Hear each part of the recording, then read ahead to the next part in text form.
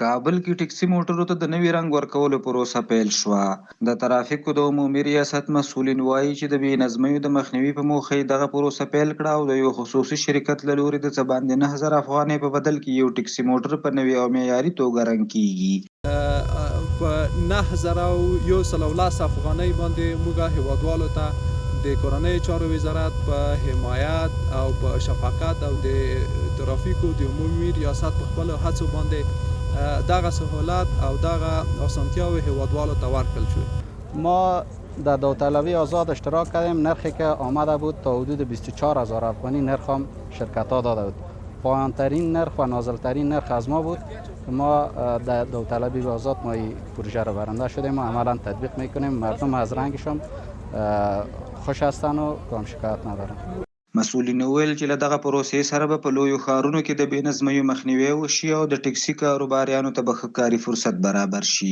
د ترافیکو د عمومي ریاست مسؤلین ویل چې دغه پروسه په کابل کې پیل شوه چې هممهاله به په ننګرهار او شمېر نورو ولایتونو کې د ټکسي موټرو د نوي رنګ کولو پروسه پیل شي.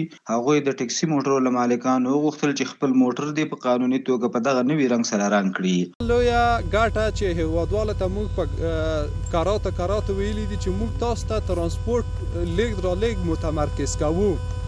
یعنی دغه اوس چې په شخصي توګه 100% استفاده کیږي او 15% ټکسي نه استفاده کیږي، د باقي 1% ټول کاروبار په همدغو ټکسي موجودو باندې متمرکز کیږي. که عاید 1500 افغانۍ وي دا به 2000 کیږي، که 100 افغانۍ وي دا به 1000 افغانۍ کیږي. په دغو شکل سره موږ د کاروبار د لحاظ دی ته زمینه او میدان برابر کړی دی. موټر چلوونکي هم له دغه پروسې خوښي څرګندوي او وایي چې په کم لګښت سره به د دوی د موټرونو رنګ په نړیوال سټنډرډ سره بدل شي او د ښاري بې نظمۍ مخنیوی به ورسره وشي.